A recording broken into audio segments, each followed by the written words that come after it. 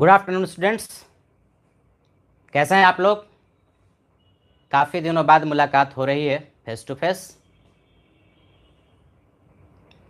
Twelfth में हम लोगों ने कुछ टॉपिक्स पढ़ लिए, थर्मोडायनेमिक्स, थर्मोकेमिस्ट्री। लेकिन थर्मोडायनेमिक्स और थर्मोकेमिस्ट्री बेसिकली 11th का टॉपिक था। जस्ट इसके पहले जो हम लोगों ने पढ़ा लिक्विड सॉल्यूशन, वह 12th का टॉपिक था और वो बोर्ड एग्जाम में पूछा जाएगा। अगला जो टॉपिक है बड़ा ही इंपॉर्टेंट टॉपिक है और वो टॉपिक है इलेक्ट्रोकेमिस्ट्री। इलेक्ट्रोकेमिस्ट्री 12th में सबसे ज़्यादा इम्पॉर्टेंट टॉपिक है और सबसे ज़्यादा क्वेश्चन भी इसी टॉपिक से पूछे जाते हैं। सिर्फ 12th में ही नहीं, बल्कि जेई मेन में, जेई एडवांस्ड में और नीट में सबसे ज़्यादा क्वेश्चन इलेक्ट्रोकेमिस्ट्री से आता है। और इलेक्ट्रोकेमिस्ट्री जो टॉपिक है 12th के जितने भी टॉपिक्स हैं सबसे ज़्यादा डिफ़िकल्ट है, सबसे ज़्यादा कॉन्सेप्चुअल है। एक क्लास भी इलेक्ट्रोकेमिस्ट्री का आपने मिस किया तो फिर उसके आगे वाला क्वेश्चन, उसके आगे वाला जो क्लास है वो आपको समझ में नहीं आएगा और न्यूमेरिकल्स सॉल्व नहीं होंगे। तो इसमें कंसिस्टेंसी बहुत ज़रूरी है। सारे क्लास को शुरुआत से करना ज़रूरी है। बड़ा ही कॉन्सेप्चुअल टॉपिक है, तो एक एक पॉइंट को बढ़िया से हम लोग समझेंगे। तो बिना देर किए हुए हम लोग शुरू करते हैं नया टॉपिक इलेक्ट्रोकेमिस्ट्री। क्या पढ़ते हैं इलेक्ट्रोकेमिस्ट्री में भाई? इलेक्ट्रोकेमिस्ट्री में हम लोग पढ़ते हैं कि किस तरह से केमिकल एनर्जी का कन्वर्जन इलेक्ट्रिकल में होता है और इलेक्ट्रिकल एनर्जी का कन्वर्जन केमिकल में होता है। यानी बेसिकली ये एक टॉपिक है जिसमें कि इलेक्ट्रिकल, केमिकल, केमिकल, इलेक्ट्रिकल एक दूसरे में एनर्जी का कन्वर्जन किस तरह से होता है उस फेनोमेना के बारे में पढ़ते हैं। देखो लिखा हुआ है इट डील्स विथ, मतलब इसमें हम लोग पढ़ेंगे ये बताता है। क्या बताता है? Change of chemical energy into electrical energy and vice versa, यानी कि इलेक्ट्रिकल एनर्जी का कन्वर्जन केमिकल एनर्जी में किस तरह से होता है। इस टॉपिक में मोटा मोटी 3 बड़े बड़े सब टॉपिक्स होंगे। एक है इलेक्ट्रोकेमिकल सेल। इस इलेक्ट्रोकेमिकल सेल में 2 टॉपिक होगा, एक गैल्वेनिक सेल और दूसरा इलेक्ट्रोलाइटिक सेल। ये जो गैल्वेनिक सेल है ये सबसे बड़ा टॉपिक होगा और दूसरा जो टॉपिक है वो इलेक्ट्रोलाइटिक सेल, इससे थोड़ा छोटा होगा।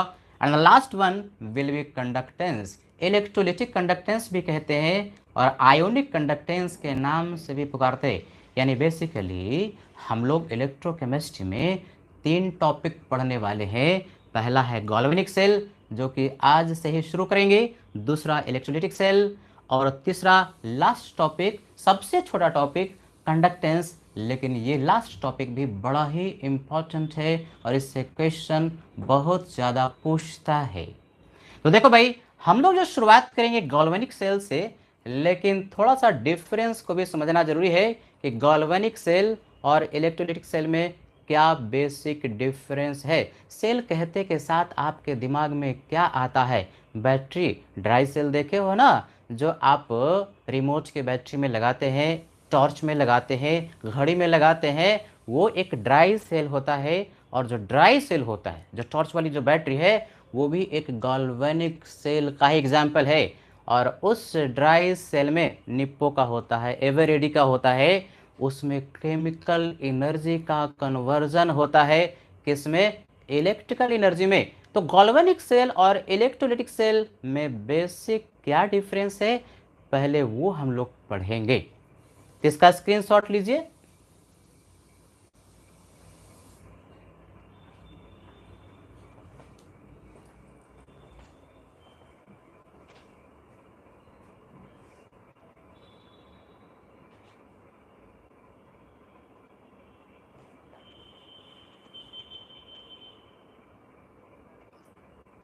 तो हम लोग इस टॉपिक में पढ़ेंगे किस तरह से केमिकल एनर्जी का कन्वर्जन इलेक्ट्रिकल में और इलेक्ट्रिकल एनर्जी का कन्वर्जन केमिकल में होता है।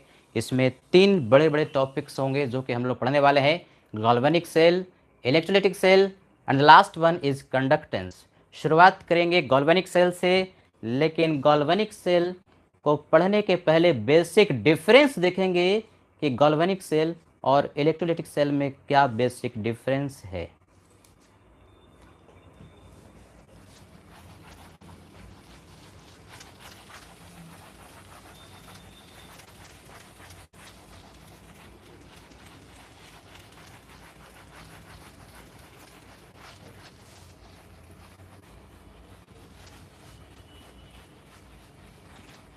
जैसा कि मैंने बताया कि जो भी 12th के टॉपिक्स हैं उसमें सबसे टफ टॉपिक यही है, सबसे ज़्यादा कॉन्सेप्चुअल है, और इस टॉपिक का कोई एक क्लास भी आपने मिस किया तो उसके आगे समझ में आने में बहुत मुश्किल होगी, न्यूमेरिकल सॉल्व नहीं होंगे।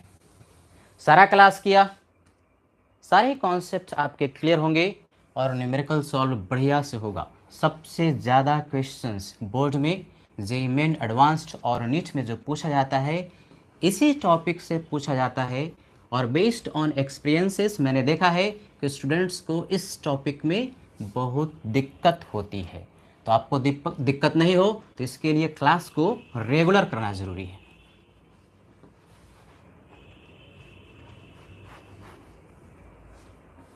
तो हम लोग शुरुआत में पढ़ते हैं कि क्या बेसिक डिफरेंस है।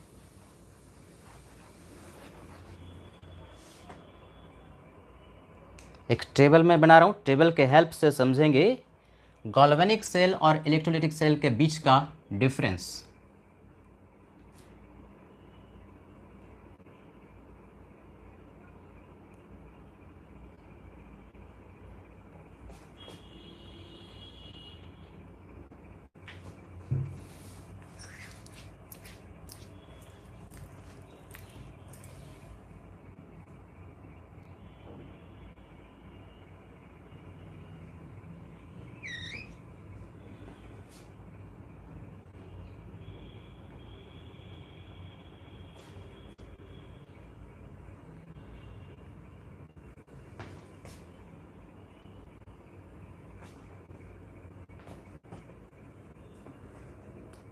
तो सबसे पहला जो डिफरेंस है वो डिफरेंस ये है कि गैल्वेनिक सेल जो है वो केमिकल एनर्जी को इलेक्ट्रिकल एनर्जी में कन्वर्ट करता है।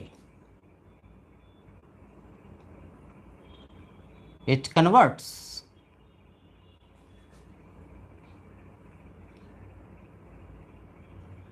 Chemical energy into electrical energy.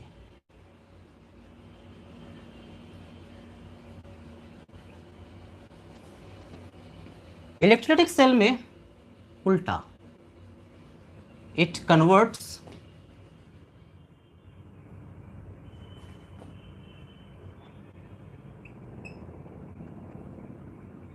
Electrical energy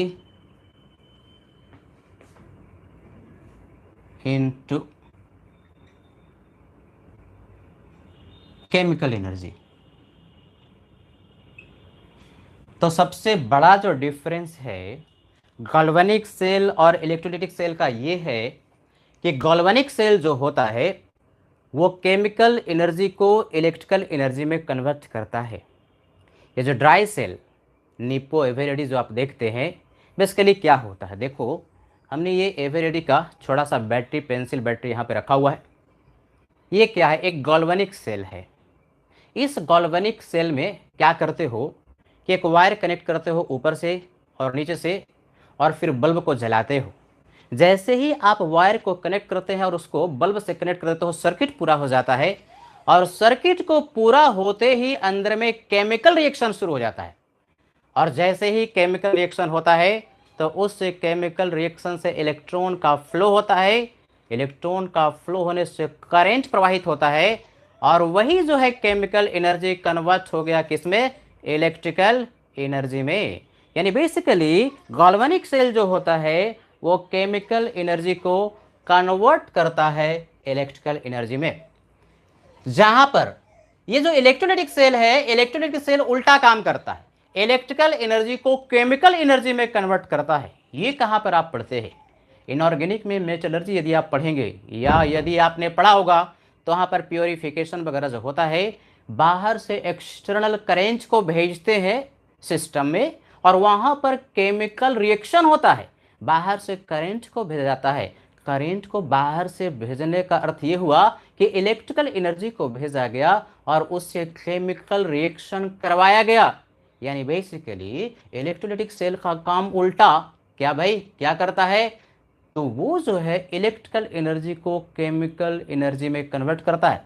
तो एक बेसिक डिफरेंस आप लोगों ने समझा, गैल्वेनिक सेल केमिकल एनर्जी को इलेक्ट्रिकल में कन्वर्ट करता है और इलेक्ट्रोलाइटिक सेल उल्टा काम करता है, इलेक्ट्रिकल एनर्जी को केमिकल में कन्वर्ट करता है। दूसरा point, spontaneous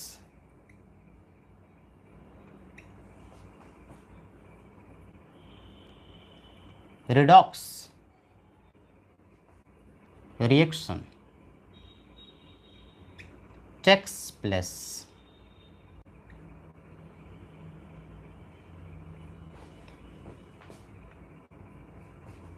non-spontaneous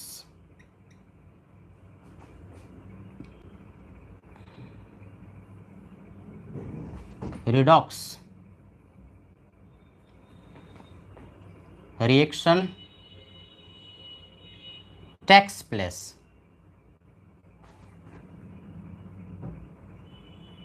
with help of external current।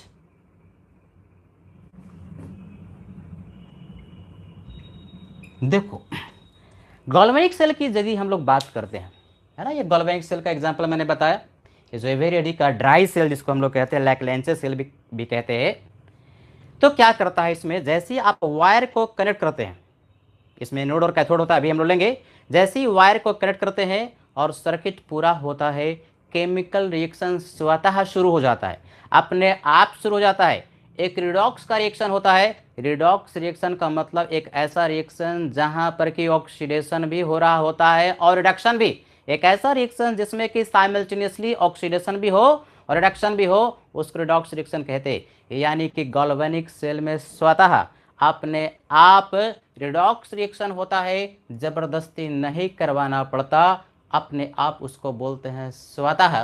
तो स्पॉन्टेनियस रिडॉक्स रिएक्शन होता है कहाँ पर, गैल्वेनिक सेल में। देखो इलेक्ट्रोलाइटिक सेल में भी रिडॉक्स रिएक्शन होता है, लेकिन स्वतः नहीं होता, अपने आप नहीं होता, बल्कि बाहर से करंट भेजते हैं, जो कि एक्सटर्नल फोर्स हो गया। एक्सटर्नल बैटरी के हेल्प से करंट भेजते हैं और वो जो करंट है फिर रिडॉक्स रिएक्शन को करवाता है। यानी रिडॉक्स रिएक्शन स्वतः नहीं होता, बल्कि जबरदस्ती करवाया जाता है, फोर्स्ड होता है। नॉन स्पॉन्टेनियस रिडॉक्स रिएक्शन होता है कहाँ पर, इलेक्ट्रोलाइटिक सेल में। तो दूसरा डिफरेंस हमें समझ में आया भाई, क्या, गैल्वेनिक सेल में स्वतः स्पॉन्टेनियस रिडॉक्स रिएक्शन होता है, लेकिन इलेक्ट्रोलाइटिक सेल में स्पॉन्टेनियस नहीं बल्कि नॉन स्पॉन्टेनियस, अंग्रेजी में उसको फोर्स भी कहते हैं, हिंदी में जबरदस्ती भी कहते हैं। यानी कि रिएक्शन जबरदस्ती करवाया जाता है एक्सटर्नल करंट को भेज करके। तो दो डिफरेंस समझ में आया भाई। तीसरा डिफरेंस बढ़िया से समझोगे, दो तरह के इलेक्ट्रोड होते हैं। इलेक्ट्रोड क्या होता है, इलेक्ट्रोड एक मेटल स्ट्रिप होता है। जैसे देखो भाई, ये जो बैटरी है जिसको हम गैल्वेनिक सेल करें, इसमें भी दो इलेक्ट्रोड है। इलेक्ट्रोड जो होता है इलेक्ट्रॉन के लिए सोर्स या सिंक की तरह काम करता है, या तो वहां से इलेक्ट्रॉन निकलता है या तो इलेक्ट्रॉन वहां पर जाता है। यानी बेसिकली एक इलेक्ट्रोड मेटल या नॉन मेटल का स्ट्रिप होता है, रॉड होता है, जहां से या तो इलेक्ट्रॉन निकलता है या तो इलेक्ट्रॉन वहां पर जाता है। तो दो तरह के इलेक्ट्रोड होते हैं, एक होता है एनोड और दूसरा कैथोड। कहाँ पर क्या होता है अभी थोड़ी देर में बात करेंगे। अब जैसे ये देखो, ये एवरेडी का जो बैटरी है इसमें भी दो इलेक्ट्रोड है।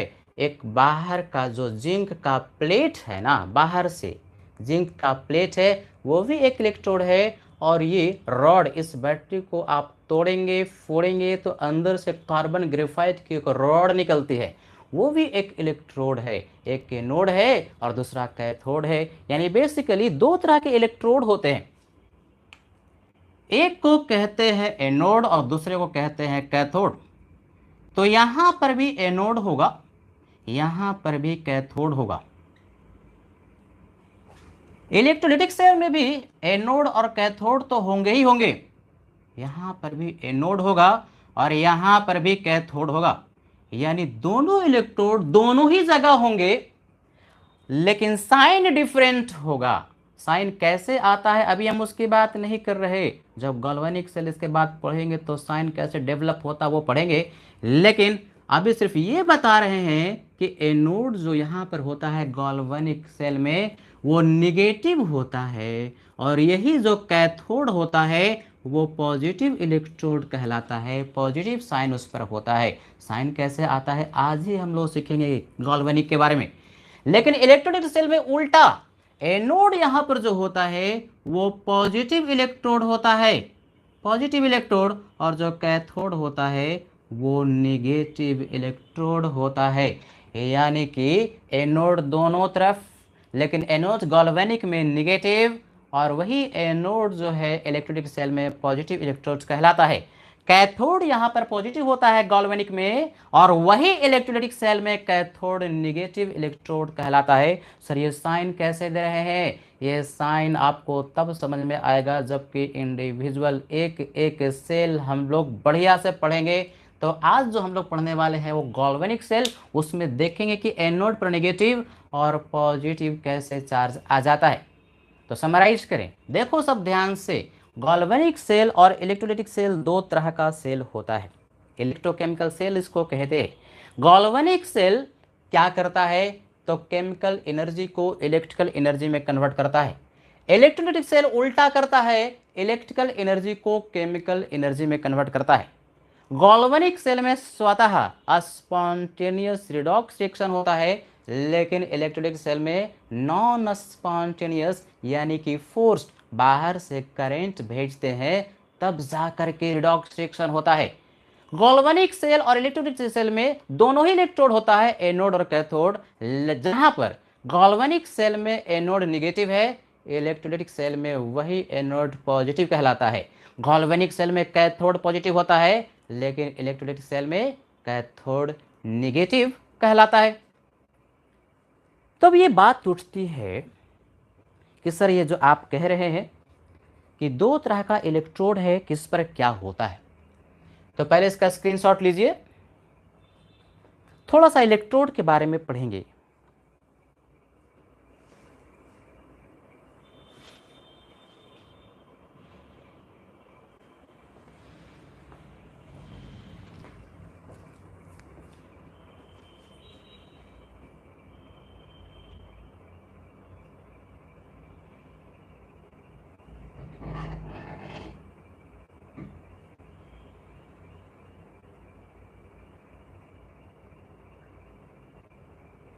हर एक कॉन्सेप्ट को बड़े आराम से धीरे धीरे समझना है। ये एक टॉपिक, जैसा मैं बार बार कह रहा हूँ, it is very important topic. सबसे ज़्यादा डिफ़िकल्ट टॉपिक तो है, बड़ा कॉन्सेप्चुअल है, लेकिन जिसको कॉन्सेप्ट समझ में आ जाता है यह टॉपिक महा आसान हो जाता है, बहुत आसान, और इसके न्यूमेरिकल्स फिर करने में मज़ा आने लगता है।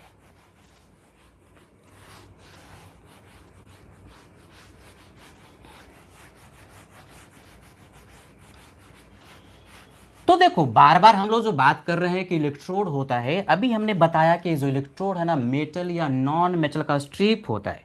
जैसे ग्रेफाइट हो गया, कार्बन ग्रेफाइट नॉन मेटल होता है, जिंक हो गया, आयरन हो गया, सिल्वर हो गया, ये सब मेटल के इलेक्ट्रोड्स हैं। तो ये जो इलेक्ट्रोड होता है, अभी बताया कि ये जो इलेक्ट्रोड होता है ना, वो सोर्स या सिंक इलेक्ट्रॉन के लिए काम करता है। सोर्स का मतलब उस रॉड से या तो इलेक्ट्रॉन निकलेगा या तो इलेक्ट्रॉन वहां पर जा करके चला जाएगा, इलेक्ट्रोड पर चला जाता है। तो सोर्स या सिंक की तरह काम करता है।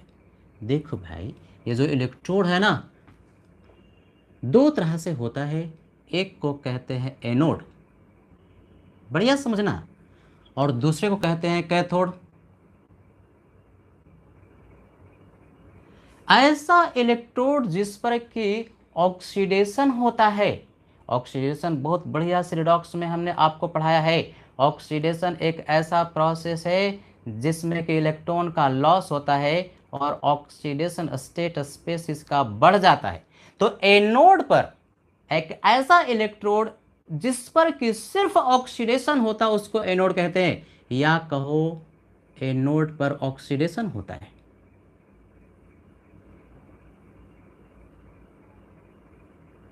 ऑक्सीडेशन अकर्स, अकर्स का मतलब क्या होता है, मतलब जिस इलेक्ट्रोड पर ऑक्सीडेशन हो उसको एनोड कहते हैं। जिस इलेक्ट्रोड पर ऑक्सीडेशन होगा उसको हमेशा ही एनोड कहेंगे। दूसरे शब्दों में एनोड पर हमेशा ही ऑक्सीडेशन होता है।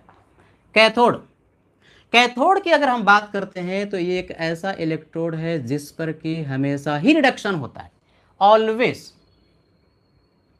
Reduction occurs. ये रिडक्शन क्या होता है, रिडक्शन एक प्रोसेस है जिसमें कि इलेक्ट्रॉन का गेन होता है और स्पेसिस का ऑक्सीडेशन स्टेट जो होता है, यानी जो एलिमेंट है उसका ऑक्सीडेशन स्टेट घट जाता है, उसको रिडक्शन कहते हैं। तो जिस इलेक्ट्रोड पर रिडक्शन होता है उसको हम लोग कहते हैं कैथोड, और जिस इलेक्ट्रोड पर ऑक्सीडेशन होता है उसको हम लोग कहते हैं एनोड। यानी एनोड पर हमेशा ही ऑक्सीडेशन होगा बच्चों, और कैथोड पर हमेशा रिडक्शन होगा। लेकिन कैथोड पॉजिटिव भी हो सकता, निगेटिव भी हो सकता, एनोड पॉजिटिव भी हो सकता, निगेटिव भी हो सकता।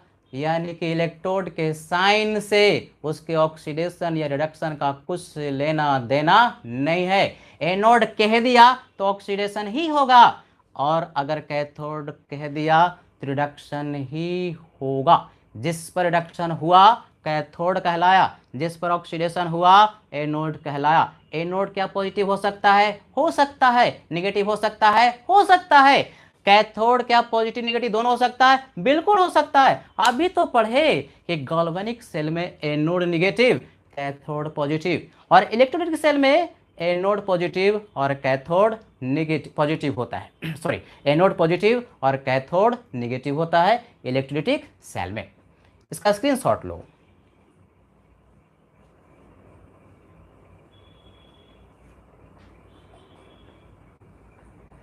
एक एक बेसिक पॉइंट को बढ़िया समझना है।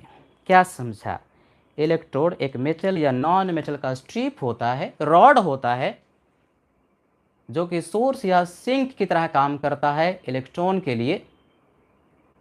जिस इलेक्ट्रोड पर ऑक्सीडेशन होता है उसको एनोड कहते हैं, जिस पर रिडक्शन होता है उसको कैथोड कहते हैं। एनोड और कैथोड का साइन पॉजिटिव निगेटिव कुछ भी हो सकता है।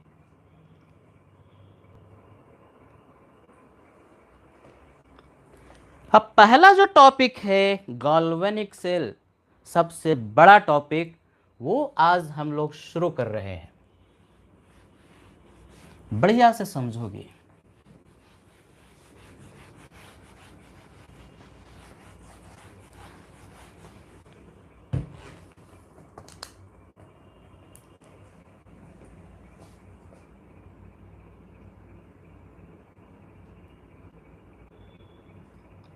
गैल्वेनिक सेल कहो या वोल्टाइक सेल कहो, सिनोनिम है, पर्यायवाची है, दोनों में कोई फर्क नहीं है।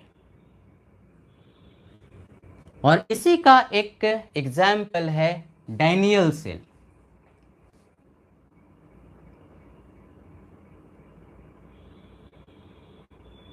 क्या बताया, गैल्वेनिक सेल का सिनोनिम है वोल्टाइक सेल, तो वोल्टाइक सेल कहो गैल्वेनिक सेल कहो दोनों में कोई फर्क नहीं है। और ये जो गैल्वेनिक सेल है, एक गैल्वेनिक सेल मैं तुम्हें दिखाया, ये जो ड्राई सेल है एवरेडी वाला निपो वाला, तो वो एक पर्टिकुलर एग्जाम्पल है। उसी तरह से गैल्वेनिक सेल के बेसिक प्रिंसिपल को समझने के लिए हम लोग एक इसका एग्जाम्पल लेते हैं, और वो एग्जाम्पल है Daniel cell. Very important example. तो पहले मैं इसका डायग्राम खींच रहा हूँ और उस डायग्राम को बढ़िया से समझना है।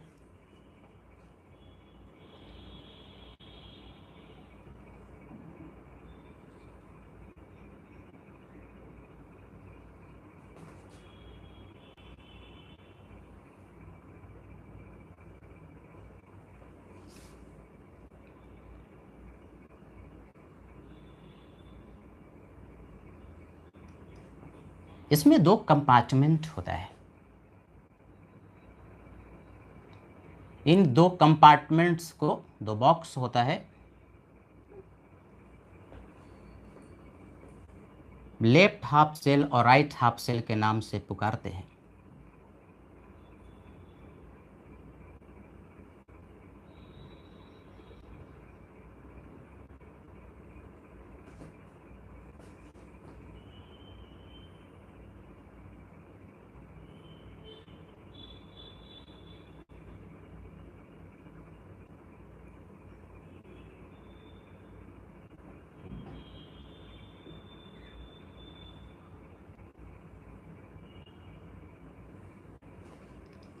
ये लेफ्ट हाफ सेल, ये राइट हाफ सेल, दो कंपार्टमेंट है और दोनों कंपार्टमेंट में दो इलेक्ट्रोलाइटिक सॉल्यूशन है।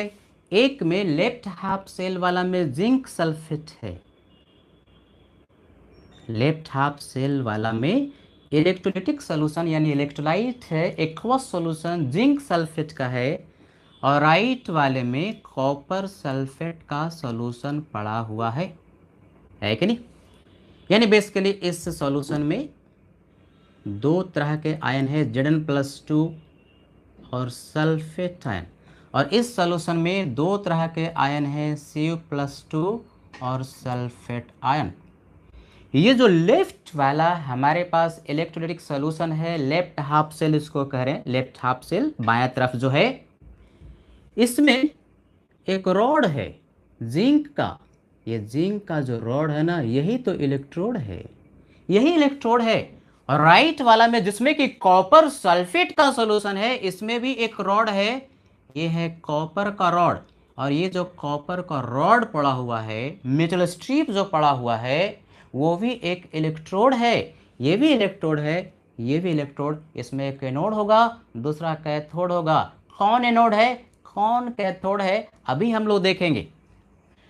और इस तरह से अरेंज करके एक्सटर्नली वायर से इसको कनेक्ट कर दिया गया है। दोनों जो इलेक्ट्रोड है ना, एक्सटर्नली इसको वायर से कनेक्ट करके, और यहाँ पर करंट को मेजर करने के लिए आर्मीटर या वोल्ट मीटर लगा दिया गया है।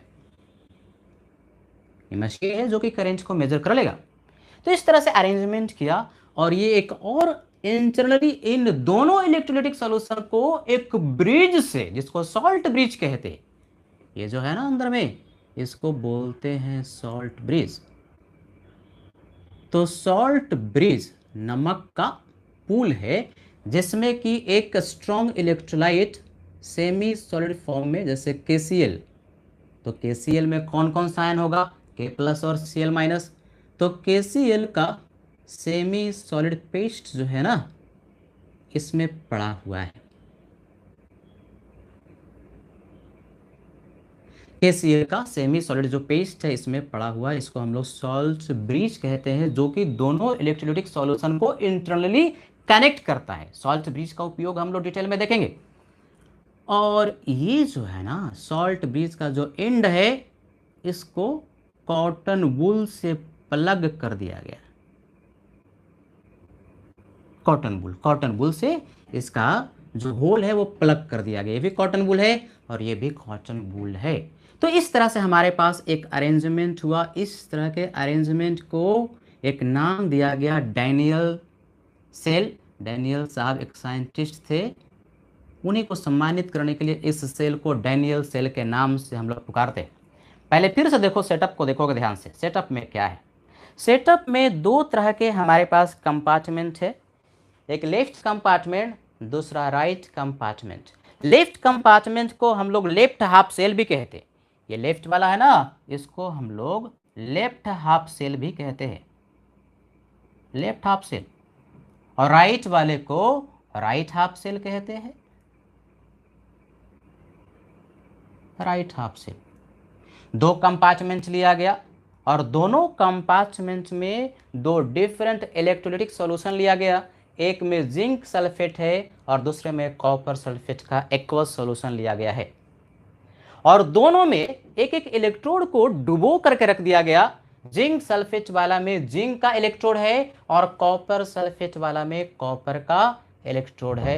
इंटरनली एक इन्वर्टेड ट्यूब जिसमें कि एक strong electrolyte semi solid paste के फॉर्म में भरा है, उसको कनेक्ट करने के लिए रखा गया है। ये एक पुल की तरह, ब्रिज की तरह काम करता है। इसका फंक्शन हम लोग देखेंगे और इसको एक नाम से पुकारते हैं, सॉल्ट ब्रिज। और एक्सटर्नली इस सेटअप को, ये जो इलेक्ट्रोड है जिंक वाला और कॉपर को एक्सटर्नली वायर से कनेक्ट कर दिया और करंट को मेजर करने के लिए एक इंस्ट्रूमेंट को यहाँ पर फिट कर दिया। तो ये हमारे पास अरेंजमेंट हुआ। अब ये इस तरह का यदि अरेंजमेंट होता है तो क्या ऑब्जर्वेशन हुआ, वो जरा ध्यान से देखोगे। ये डेनियल सेल हुआ। अब ऑब्जर्वेशन क्या हुआ, इस तरह से सेटअप करने के बाद क्या ऑब्जर्व किया गया, तो देखोगे ध्यान से। ऑब्जर्वेशन ये हुआ कि जब एक्सटर्नली वायर से कनेक्ट कर दिया गया तो ये जो जिंक है, जिंक का मास घट रहा था और ये जो कॉपर का रॉड है, कॉपर का मास बढ़ रहा था। यानी जिंक जो रॉड है, जिंक जो सॉलिड है, इसका जो मास है वो मास बढ़ना शुरू हो गया। ये मास बढ़ना शुरू हो गया और ये जो कॉपर था, कॉपर जो सॉलिड है यानी जो रॉड है, इलेक्ट्रोड है, सॉरी, इसका जो मास है वो घटना शुरू हुआ और कॉपर का जो मास है वो बढ़ना शुरू हो गया।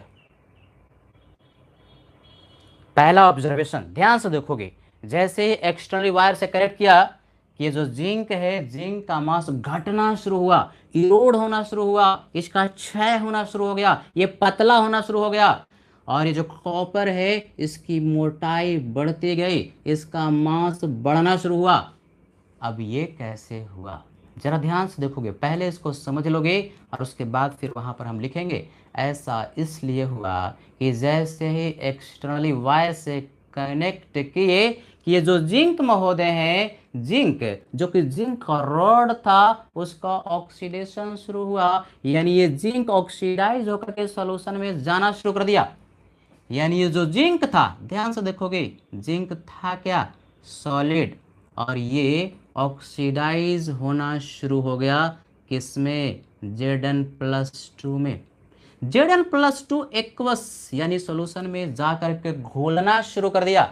तो Zn से Zn+2 में गया, ऑक्सीडेशन स्टेट बढ़ गया। ये कैसे होगा, जबकि इलेक्ट्रॉन को लूज करेगा। तो इसने 2 इलेक्ट्रॉन को लूज कर दिया भाई, जिंक ने 2 इलेक्ट्रॉन को लूज किया, जिंक और रॉड 2 इलेक्ट्रॉन को लूज किया।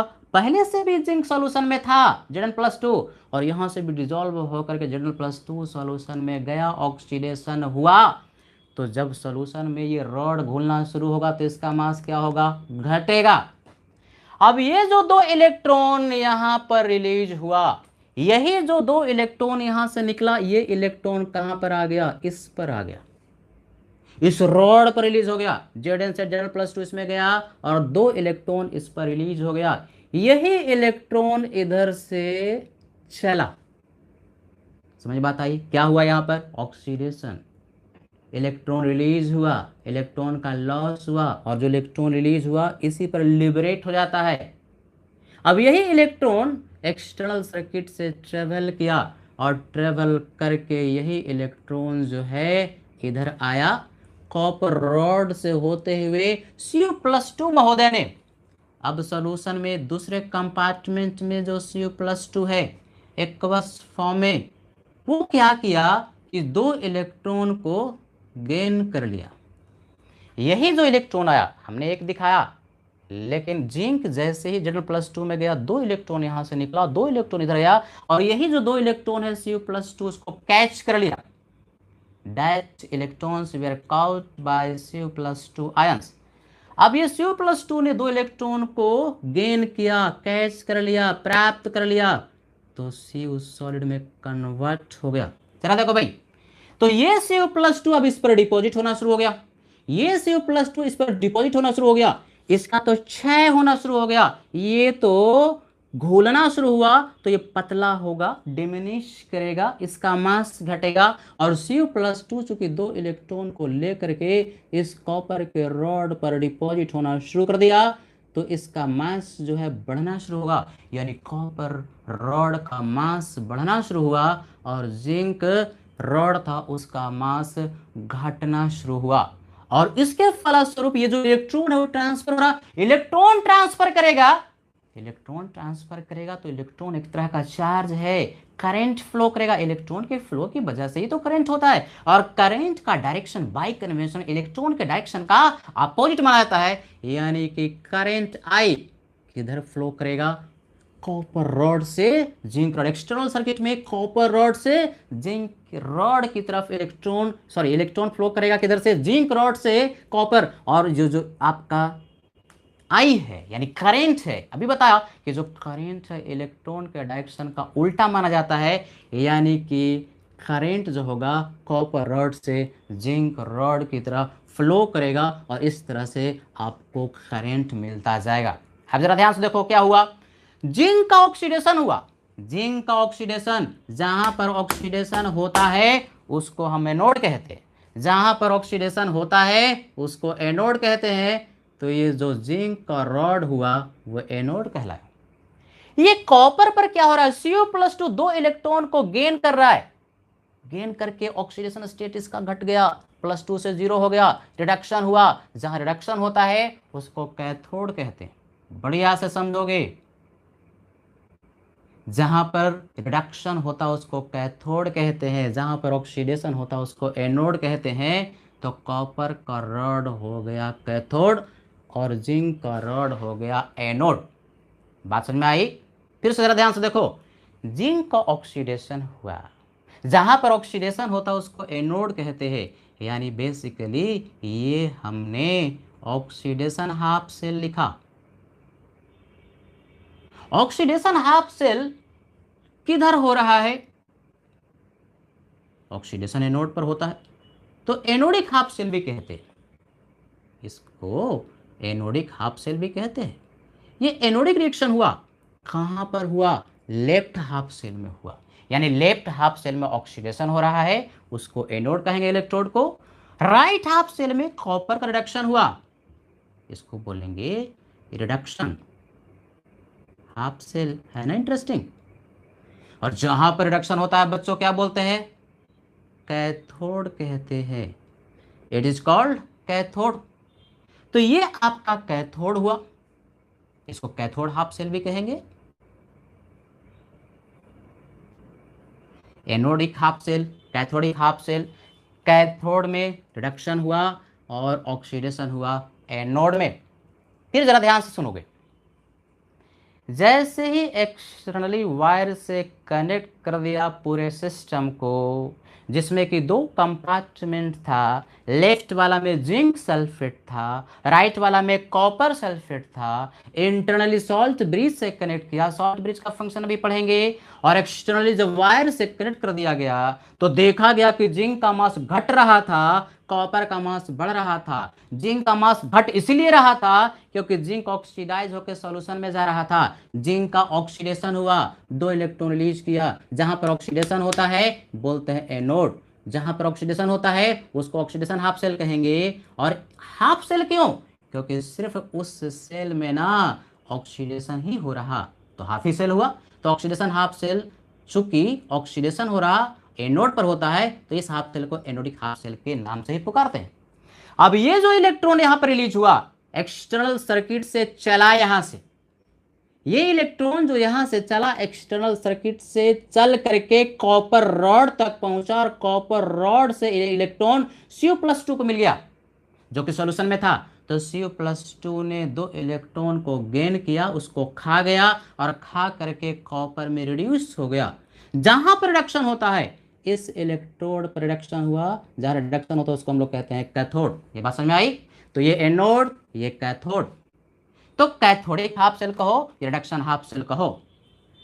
हो क्या रहा, जब दोनों हाफ रिएक्शन हो रहे हैं तो इलेक्ट्रॉन का ट्रांसफर हो रहा है एक्सटर्नल सर्किट से। इलेक्ट्रॉन का ट्रांसफर कहां कहां, तो एनोड से कैथोड की तरफ इलेक्ट्रॉन का ट्रांसफर। तो जब इलेक्ट्रॉन का ट्रांसफर हो रहा है चार्ज का फ्लो हो रहा है, चार्ज का फ्लो होने से क्या होता है, करंट प्रवाहित होता है।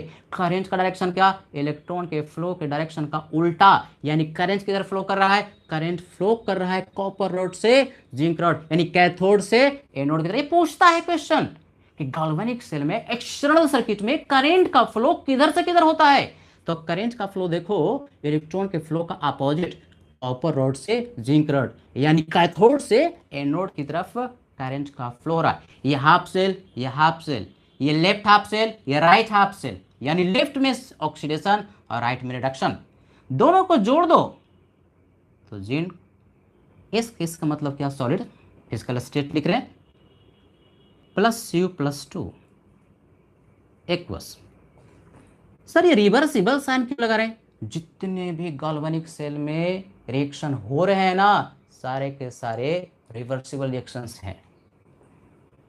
Zn+2 एक्वस का मतलब जिंक का आयन घुला हुआ है पानी में, +U सॉलिड। ये कंप्लीट सेल रिएक्शन हुआ।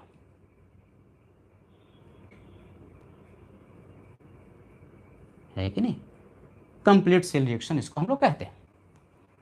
अब जरा ध्यान से सुनो बढ़िया से, मैं फिर से बता रहा हूं, 2 बार 3 बार बताऊंगा। सर ये एनोड तो आपने बता दिया कि यहां पर ऑक्सीडेशन हुआ इसलिए एनोड है, यहां पर रिडक्शन हुआ इसलिए कैथोड है। ये चार्ज कैसे डिसाइड कर रहे हैं कि अभी पढ़ाए थे डिफरेंस की एनोड जो होता है गैल्वेनिक सेल में ना, वो निगेटिव होता है और कैथोड पॉजिटिव होता है। वो हमको बताइए कि किस तरह से आप चार्ज जो साइन जो है इलेक्ट्रोड का आप डिफाइन कर रहे हैं। देखो बच्चों बढ़िया से देखो, एकदम खुद से सोच सकते हैं, रटने वाली बात नहीं है। अब ये जो इलेक्ट्रॉन महोदय यहां से चले, जिंक ऑक्सीडेशन हुआ, ये जिंक क्लोराइड था, Zn+2 सॉल्यूशन में गया। सर ये Zn+2 सॉल्यूशन में पहले से भी तो था और भी जिंक उसमें जा रहा है कि नहीं? तो इलेक्ट्रॉन रिलीज हुआ, तो सॉल्यूशन में पॉजिटिव चार्ज बढ़ते जा रहा है। लेफ्ट हाफ सेल में जिंक वाला में Zn+2 और गया तो सॉल्यूशन में पॉजिटिव चार्ज बढ़ रहा है और इलेक्ट्रॉन कहां रिलीज हो रहा है? इलेक्ट्रॉन रिलीज होता है या निकलता है कहां पर? इलेक्ट्रोड से। तो इस इलेक्ट्रोड पर इलेक्ट्रॉन रिलीज हो रहा है। इस इलेक्ट्रोड पर जो कि एनोड है, जहां पर कि ऑक्सीडेशन हुआ, इलेक्ट्रोड पर इलेक्ट्रॉन रिलीज हुआ, यानी इलेक्ट्रोड सॉल्यूशन के रिस्पेक्ट में नेगेटिव हो गया। इलेक्ट्रोड सॉल्यूशन के रिस्पेक्ट में नेगेटिव, सॉल्यूशन पॉजिटिव कैसे? Zn+2 और भी तो सॉल्यूशन में गया ना, डिसॉल्व हुआ ना, इलेक्ट्रॉन यहां रिलीज हो गया, तो सॉल्यूशन के रिस्पेक्ट में यह इलेक्ट्रोड जो है नेगेटिव हुआ। कौन इलेक्ट्रोड है? एनोड। तो एनोड यहां पर नेगेटिव इलेक्ट्रोड हुआ बच्चों। अब जरा देखो, Cu+2 जो है यहां पर डिपॉजिट हो गया, Cu+2 यहां पर डिपॉजिट हो गया, तो सॉल्यूशन में एनाइन की संख्या कैटायन के रिस्पेक्ट में ज्यादा हो गया। Cu+2 यहां डिपॉजिट होगा, पहले तो न्यूट्रल सॉल्यूशन था, Cu+2 यहां डिपॉजिट होगा तो सॉल्यूशन में सल्फेट आयन कैटायन के रिस्पेक्ट में, जो कि सल्फेट आयन नेगेटिव है, इसकी संख्या बढ़ते जा रही है क्योंकि ये घटते जा रहा है, तो सॉल्यूशन इसके रिस्पेक्ट में, इस इलेक्ट्रोड के रिस्पेक्ट में नेगेटिव होते जा रहा है। तो सॉल्यूशन राइट हाफ सेल में सल्फेट आयन के चलते नेगेटिव होते जा रहा है, तो ये इलेक्ट्रोड इसके रिस्पेक्ट में क्या हो गया? पॉजिटिव, यानी कैथोड पर पॉजिटिव चार्ज है, यानी कि गैल्वेनिक सेल में कैथोड पॉजिटिव है और एनोड नेगेटिव है। समराइज करते हैं, बढ़िया से स्क्रीनशॉट ले भी लो और बढ़िया से देखो। इसके बाद हम लोग सॉल्ट ब्रिज के बारे में बढ़िया से पढ़ेंगे, एक एक पॉइंट बहुत इंपॉर्टेंट है। अभी अंदर वाली बात तो हुई ही नहीं है, सॉल्ट ब्रिज क्या है, ये कैसे कनेक्टेड है। अभी बाहर से जो हुआ ऑब्जर्वेशन और कैसे हुआ ये हम लोग पढ़ रहे हैं। तो देखो मैं फिर से बता रहा हूं, बढ़िया से ध्यान से सुनोगे सारे बच्चे। 2 कंपार्टमेंट लिया गया, 2 बक्सा है, 2 बाल्टी समझ लो। इधर वाला लेफ्ट वाले को लेफ्ट हाफ सेल कहा, राइट वाले को राइट हाफ सेल कहा। लेफ्ट वाला में जिंक सल्फेट का सॉल्यूशन पड़ा हुआ था और राइट वाले में कॉपर सल्फेट का सॉल्यूशन पड़ा हुआ था। लेफ्ट वाला जिसमें कि जिंक सल्फेट सॉल्यूशन पड़ा है, जिंक का रॉड है, इलेक्ट्रोड है, और कॉपर सल्फेट वाला में कॉपर का रॉड या कॉपर का इलेक्ट्रोड है। एक्सटर्नली ये दोनों इलेक्ट्रोड को वायर से कनेक्ट कर दिया और बीच में मशीन रख दिया करंट को मेजर करने के लिए, है कि नहीं, कितना करंट बह रहा है। और इंटरनली एक सॉल्ट का ब्रिज जिसपे कि एक सॉल्ट पड़ा हुआ है, KCl या दूसरा एक स्ट्रॉन्ग इलेक्ट्रोलाइट होता है, अभी हम लोग बात करेंगे, और उसको कनेक्ट इंटरनली दोनों हाफ सेल को कनेक्ट कर दिया है। इस तरह से जब अरेंजमेंट किया गया तो देखा गया कि इस जिंक रॉड का जो मास था वो घट रहा था, ये पतला हो रहा था, और ये जो कॉपर रॉड है उसका मास बढ़ रहा था, यानी ये मोटा होना शुरू हो गया, ये मोटा होना शुरू हो गया, इस पर लेयर चढ़ना शुरू हो गया, और ये बेचारा इसका क्षय होना शुरू हो गया, ये पतला होना शुरू हो गया। क्यों हुआ? क्योंकि जिंक ऑक्सीडाइज होकर Zn+2 में गया, और यहां से Cu+2 रिड्यूस होकर कॉपर में ये डिपॉजिट हुआ, तो डिपॉजिट होने की वजह से ये मोटा, और जिंक यहां डिजॉल्व होने की वजह से ये पतला होता गया।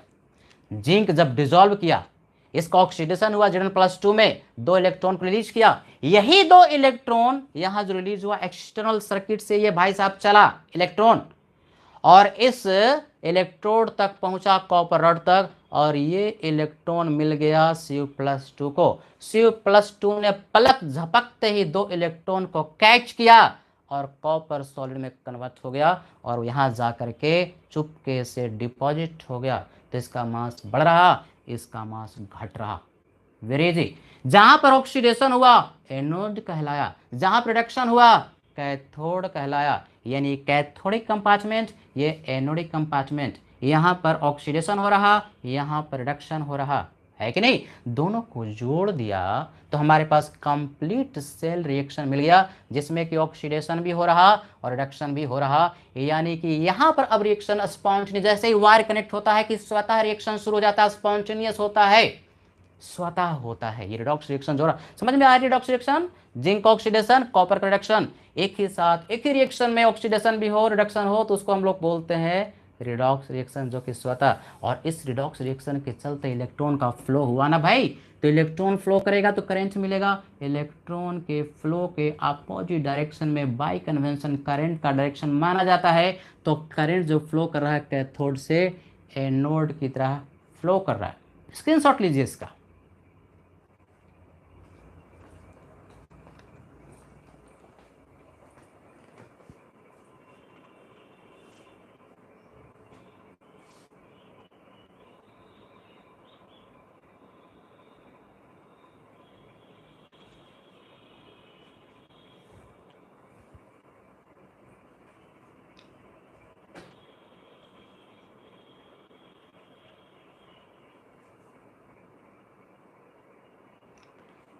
याद रखने वाली बात, लेफ्ट हाफ सेल में ऑक्सीडेशन होगा, राइट में रिडक्शन होगा।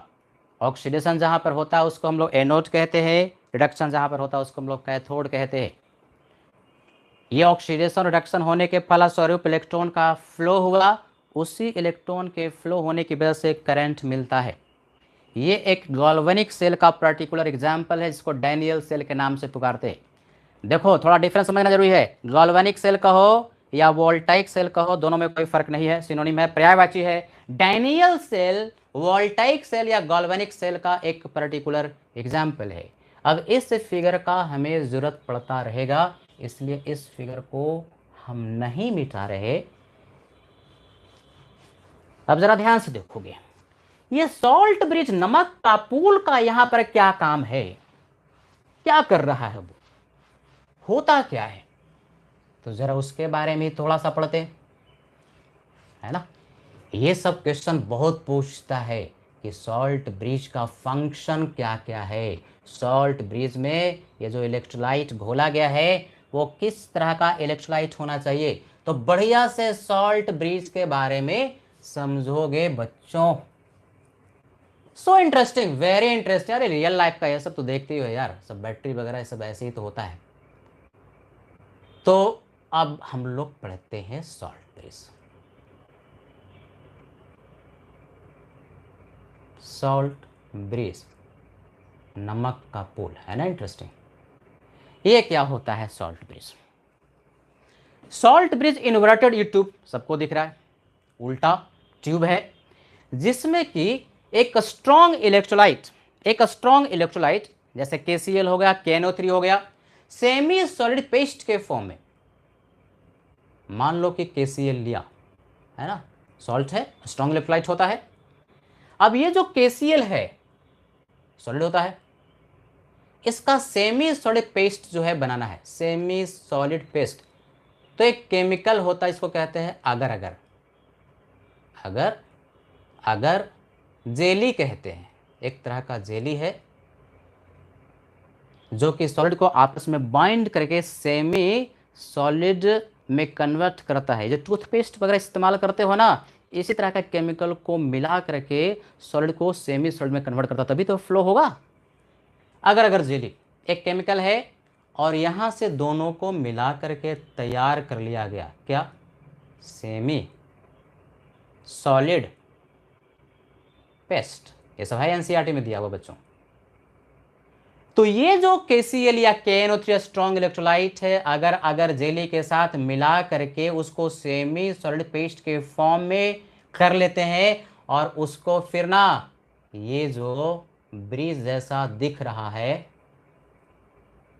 ये इसी में भर देते हैं। ये जो सेमी सॉलिड पेस्ट हुआ इसमें भर दिया गया, क्या भाई? तो KCl है, यही KCl इसमें भर दिया गया सेमी सॉलिड पेस्ट के फॉर्म में, यही सॉल्ट ब्रिज है। तो इसी KCl को या दूसरा कोई स्ट्रॉन्ग इलेक्ट्रोलाइट है उसको यहाँ पर भर दिया गया सेमी सॉलिड के फॉर्म में, इसको हम लोग सॉल्ट ब्रिज कहते हैं, जिसमें कि इसके जो आयंस वो फ्लो करते हैं। ये जो KCl है, कौन कौन आयन है? K+ और Cl-, ये K+ और Cl- आयन जो है फ्लो करेगा। कब फ्लो करेगा? जब थोड़ा सा लिक्विडिटी उसमें होगी, फ्लोइंग प्रॉपर्टी होगी, तो इसीलिए इसको सेमी सॉलिड पेस्ट के फॉर्म में करता है ताकि वो जो आयन है वो फ्लो करे। तो उसको हम लोग सॉल्ट ब्रिज कहते हैं।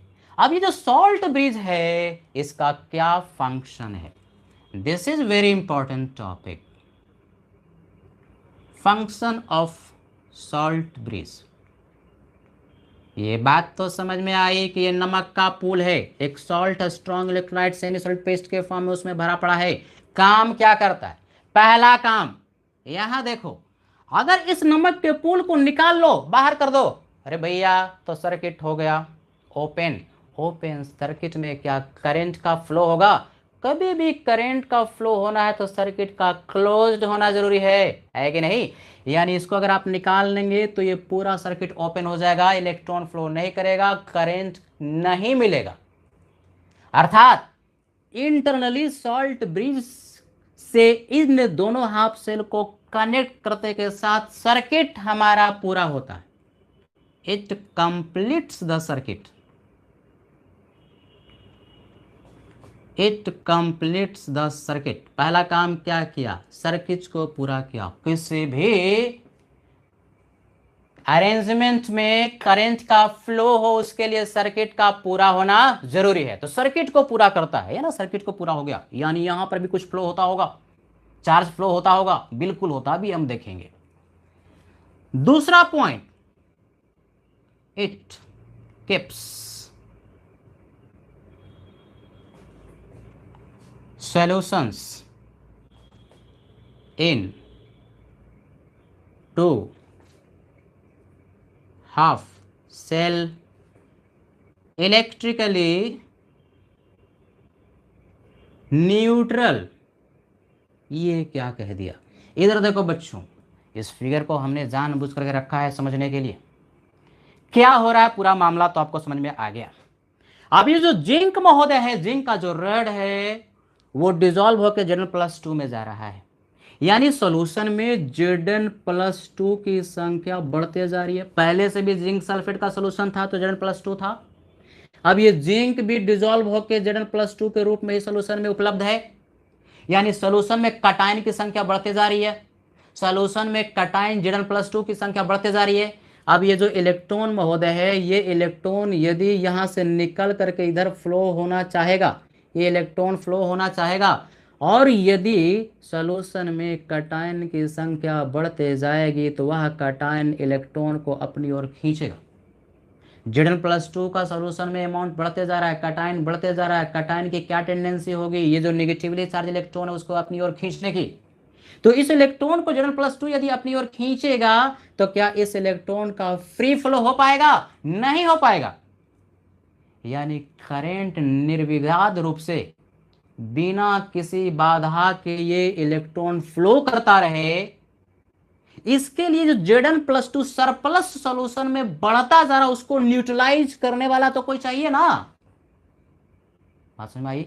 तो इस Zn+2 जो एक्सेस में हुआ इसको न्यूट्रलाइज करने के लिए जो Cl- महोदय उतर जाते हैं, एक Zn+2 को न्यूट्रलाइज करने के लिए 2Cl- उतरेगा और वो Cl- Zn+2 को न्यूट्रलाइज कर देगा। बात समझ में आ रही है? यानी कि ये Cl- जो कि सॉल्ट ब्रिज में निगेटिव था, वो फ्लो किया इस सॉल्यूशन में। क्यों फ्लो किया? इसलिए क्योंकि Zn+2 को न्यूट्रलाइज करना है। न्यूट्रलाइज करने से क्या होगा? न्यूट्रलाइज यदि हो गया तो इलेक्ट्रॉन को अपनी ओर अब ये आकर्षित नहीं कर पाएगा और इलेक्ट्रॉन बाहर में घूमता रहेगा, करंट बढ़िया मिलता रहेगा।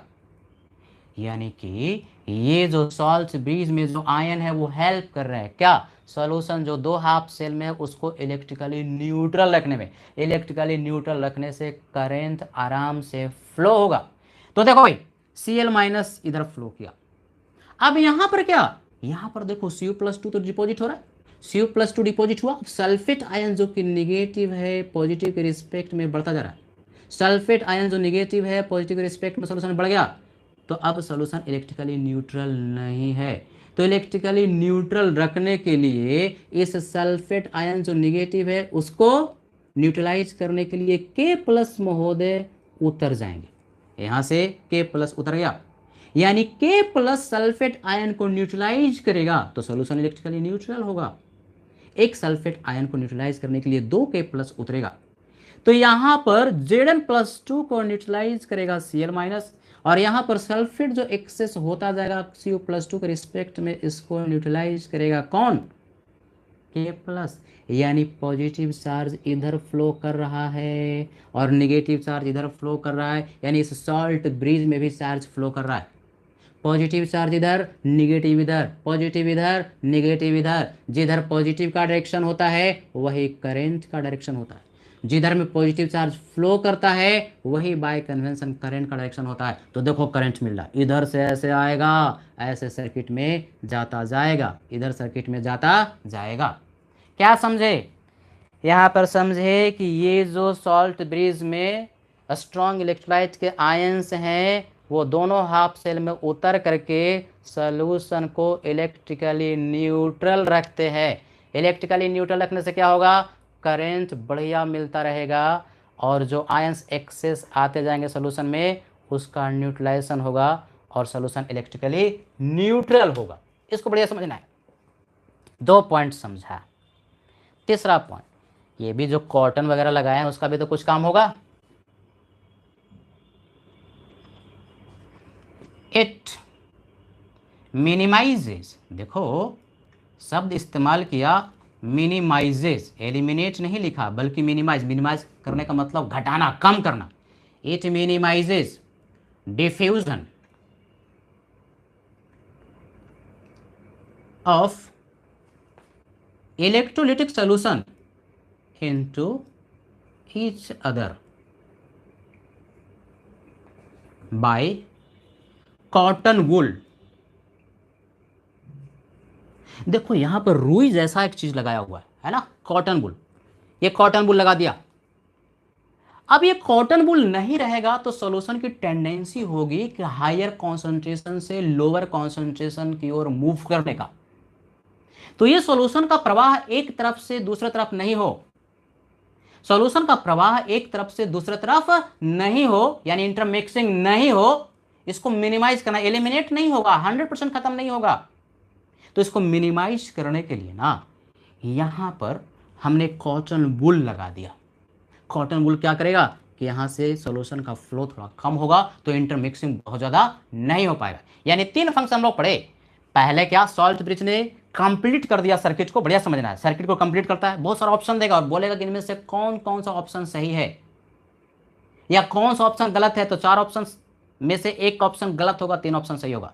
तो सॉल्ट ब्रिज का पहला फंक्शन सर्किट को पूरा करता है, दोनों सॉल्यूशन जो है लेफ्ट हाफ सेल में और राइट हाफ सेल में उसको इलेक्ट्रिकली न्यूट्रल रखता है और मिनिमाइज करता है इंटरमिक्सिंग को, सॉल्यूशन के इंटरमिक्सिंग को मिनिमाइज करता है कॉटन वुल जो कि इस सॉल्ट ब्रिज के एंड में लगा हुआ है उसके हेल्प से।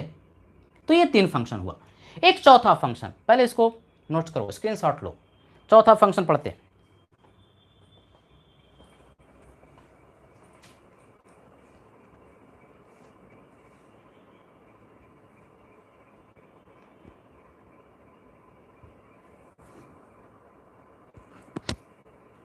बड़ा ही conceptual topic, very interesting topic, बढ़िया से इसको समझना है, कुछ भी डिफिकल्ट नहीं है।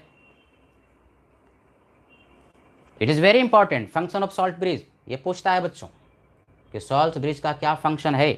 ऑप्शन दे देगा, 4 ऑप्शन में से एक गलत देगा, गलत ही पहचानना होगा, 3 ऑप्शन सही होगा।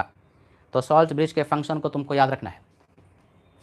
तो ये हम लोगों ने 3 फंक्शन तो अभी तक पढ़ा, सर्किट को पूरा कर दिया, सॉल्यूशन को न्यूट्रल रखने में हेल्प किया, इंटरमिक्सिंग ना हो इसके लिए कॉटन वूल लगाया गया है, और एक चौथा फंक्शन जो कि थोड़ा सा कॉन्सेप्चुअल है और वो भी ध्यान रखना है।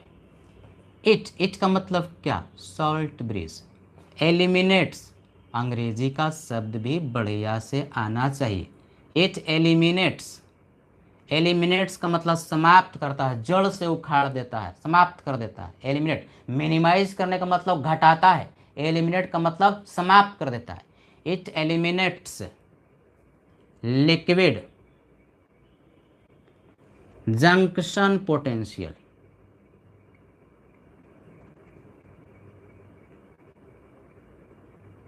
Liquid junction potential. ये क्या होता है लिक्विड जंक्शन पोटेंशियल, बड़ा ध्यान से देखोगे। देखो भाई, दो सॉल्यूशन, मान लो इधर ZnSO4 का सॉल्यूशन है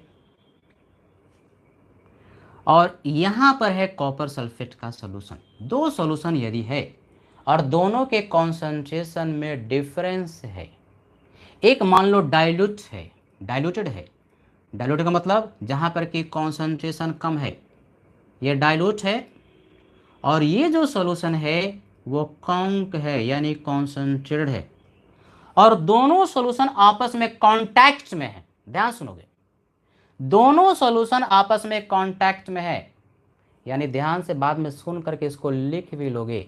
when two solutions having different concentration are in contact with each other, are in contact with each other, यानी एक दूसरे के कांटेक्ट में है, तो हायर कॉन्सेंट्रेशन से सॉल्यूशन लोअर कॉन्सेंट्रेशन की ओर मूव करता है। कॉन्सेंट्रेशन ग्रेडियंट के चलते, कॉन्सेंट्रेशन डिफरेंस के चलते हायर कॉन्सेंट्रेशन से लोअर कॉन्सेंट्रेशन में सॉल्यूशन मूव करेगा। कब तक, जब तक कि दोनों तरफ कॉन्सेंट्रेशन बराबर ना हो जाए।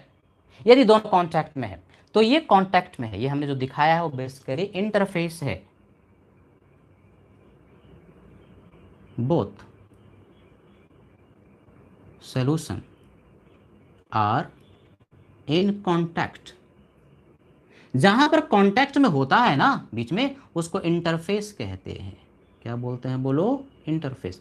यानी कि इस इंटरफेस पर दोनों सॉल्यूशन आपस में कांटेक्ट में है। अब जरा ध्यान से देखो, अब सारे आयंस का जो स्पीड होता है वो सेम नहीं होता है, किसी आयन का स्पीड कम होता है, किसी आयन का स्पीड ज्यादा होता है।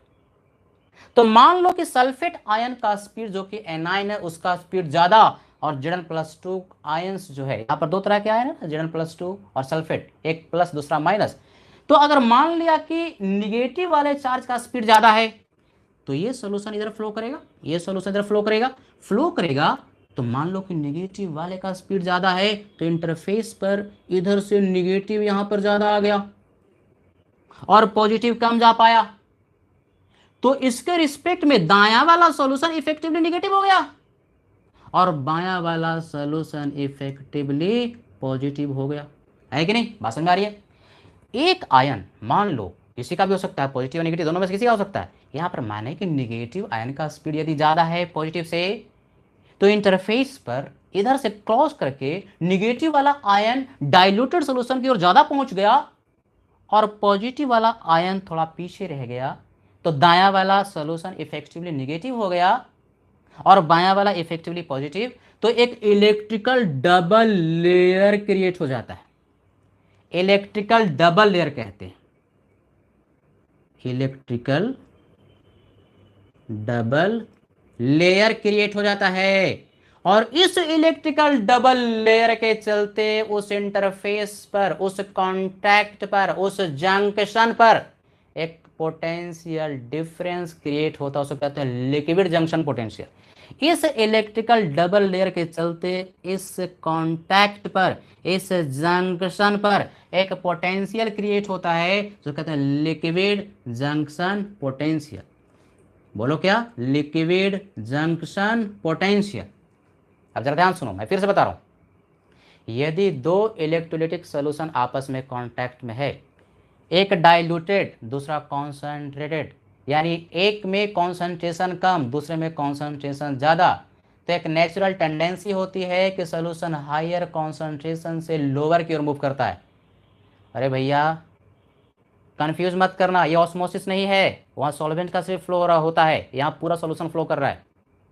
वहाँ पर सॉल्वेंट का फ्लो ना उल्टा होता था, कहाँ से कहाँ? लेस कॉन्सेंट्रेट से मोर की ओर, वो डिफरेंट चीज़, ये अलग चीज़।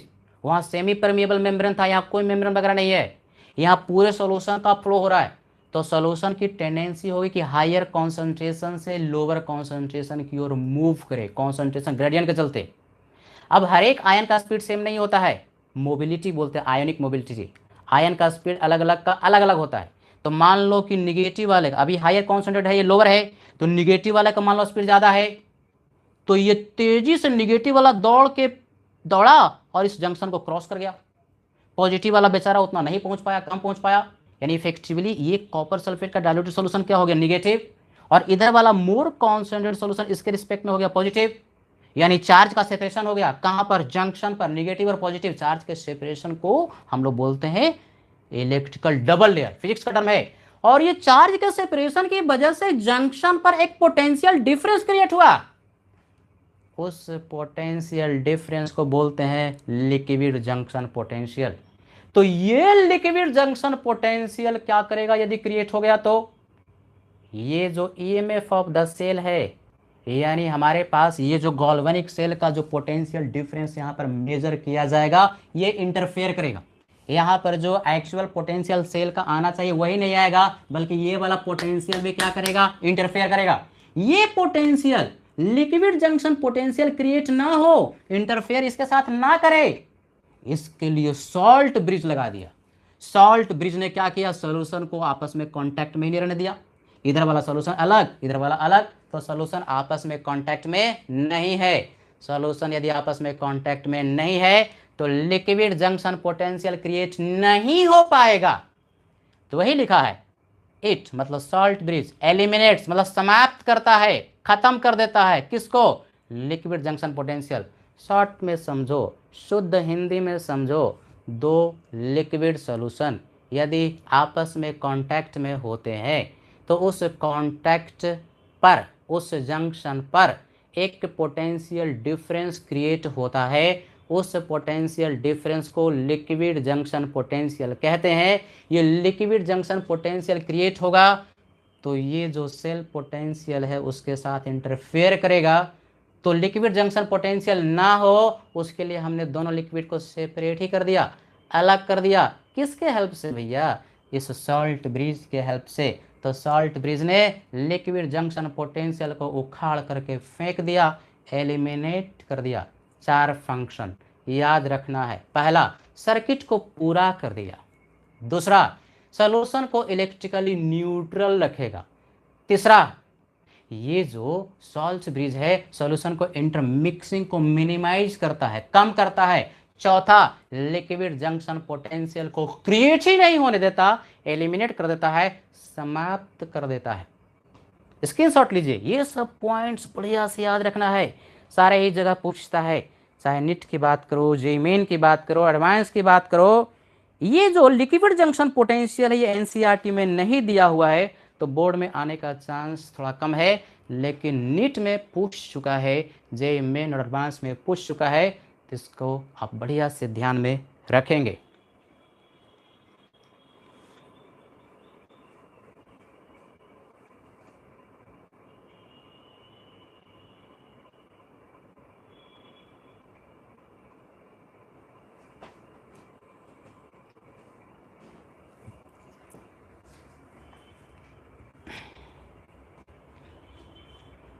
तो चलो भाई, अब इसमें एक चीज रह गया कि गॉल्वेनिक सेल ये जो होता है और इसमें जो सॉल्ट ब्रिज है, इस सॉल्ट ब्रिज में जो सॉल्ट होता है उसके लिए क्या कोई क्राइटेरिया है क्या?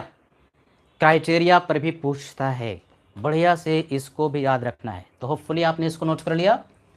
सॉल्ट ब्रिज में कैसा इलेक्ट्रोलाइट भरा जाए, इस फिगर को मैं जानबूझ करके नहीं मिटा रहा क्योंकि इस फिगर से ही आपको समझने में हेल्प मिल रहा है। एक एक पॉइंट को बार बार सुनना है और ध्यान में रखना है। देखो भाई, पूछता है कि क्या क्राइटेरिया है ना? Criteria of salt filled in salt bridge. Salt bridge में जो भरा जा रहा है सॉल्ट इलेक्ट्रोलाइट, उसका क्या क्राइटेरिया है? क्या कोई भी सॉल्ट वगैरह हम डाल दें तो उससे काम चलेगा क्या? नहीं भाई, ये भी बहुत पूछता है। ऑब्जेक्टिव में क्वेश्चन पूछते रहता है, हर एक चीज ध्यान से देखना। तो पहला क्राइटेरिया है कि salt should be strong, it should be a strong electrolyte, a strong electrolyte, है ना? स्ट्रॉन्ग इलेक्ट्रोलाइट होनी चाहिए। स्ट्रॉन्ग इलेक्ट्रोलाइट का मतलब एक ऐसा इलेक्ट्रोलाइट जो कि 100% टूट जाता है, 100%। ऐसे इलेक्ट्रोलाइट को हम लोग कहते हैं स्ट्रॉन्ग इलेक्ट्रोलाइट। फॉर एग्जांपल, जैसे इसमें क्या लिया, KCl लिया, KNO3 भी ले सकते हैं। एक ऐसा इलेक्ट्रोलाइट, एक ऐसा सॉल्ट जो कि स्ट्रॉन्ग इलेक्ट्रोलाइट। स्ट्रॉन्ग इलेक्ट्रोलाइट का मतलब जो 100% आयंस में कन्वर्ट हो जाता है उसको कहते हैं। पहला क्राइटेरिया तो होना चाहिए। दूसरा, ions of electrolyte should not participate in any half cell reaction। अब देखो भैया, KCl लिए थे तो ये जो KCl है यहां पर K प्लस उतरा और Cl माइनस उतरा। ये Cl माइनस और ये K प्लस जो उतरा ना, उनका सिर्फ काम ये था कि सॉल्यूशन को इलेक्ट्रिकली न्यूट्रल रखना। सॉल्यूशन में जो एक्स्ट्रा आयन आते जा रहा है उसको सिर्फ न्यूट्रलाइज कर देना। सॉल्यूशन में जो आयंस पड़े हुए हैं उसमें किसी तरह का रिएक्शन में पार्टिसिपेट नहीं करना है। यानी कि जो भी आप सॉल्ट लिए उसके जो आयंस है, न तो उन आयन का ऑक्सीडेशन होगा और न ही रिडक्शन होगा। ये ध्यान में रखना है। जैसे KNO3 लिया, K प्लस और नाइट्रेट आयन, तो K प्लस और नाइट्रेट आयन का सिर्फ काम होगा सॉल्यूशन को न्यूट्रल रखना। किसी भी हाफ सेल में वो सेल रिएक्शन में पार्टिसिपेट नहीं करेगा। सेल रिएक्शन में पार्टिसिपेट नहीं करेगा, इसका अर्थ क्या हुआ? इसका अर्थ ये हुआ कि उन आयंस का न तो ऑक्सीडेशन होना चाहिए और ना ही रिडक्शन होना चाहिए। दो क्राइटेरिया। तीसरा, जो कि बहुत बार पूछा है, ions of electrolyte should have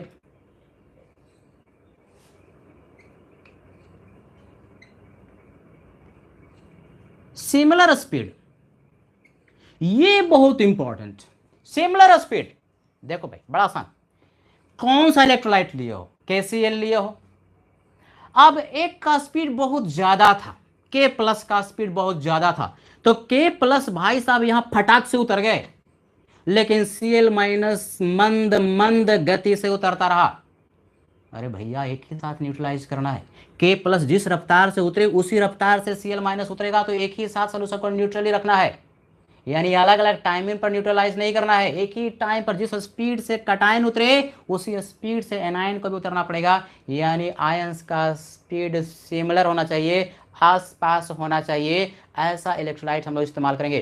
कभी कभी ये पूछता है कि KNO3 को हम लोग क्यों यूज करते हैं सॉल्ट ब्रिज में, और ऑप्शन में रहेगा क्योंकि ions K plus and nitrate both have similar speed. दोनों स्ट्रॉन्ग इलेक्ट्रोलाइट तो है ही है, लेकिन दोनों का स्पीड चूंकि आसपास है, सिमिलर है, इसीलिए इस इलेक्ट्रोलाइट का यूज किया जाता है। तो ये 3 क्राइटेरिया, पहली बात तो स्ट्रॉन्ग होनी चाहिए, स्ट्रॉन्ग रहे तभी तो टूटेगा। आयंस जो इलेक्ट्रोलाइट का है, किसी भी half cell reaction, half cell समझ में आया, ये left half cell, right half cell, left में ऑक्सीडेशन, राइट में रिडक्शन, ये एनोड, ये कैथोड, है कि नहीं, anodic half cell, cathodic half cell, electron flow किया इधर, कहां से, एनोड से कैथोड, और करंट फ्लो किया कैथोड से एनोड की तरफ। ये आपका गैल्वेनिक सेल में डैनियल सेल का एग्जांपल है। तो आयंस पार्टिसिपेट नहीं करना चाहिए, और आयंस का जो स्पीड है वो सिमिलर होना चाहिए। बात समझ में आई? तो इसको बढ़िया से आपको समझ लेना है। मैं 2 मिनट में पूरा का पूरा रिवाइज कर रहा हूं आज का लेक्चर, उसको बढ़िया सुनोगे।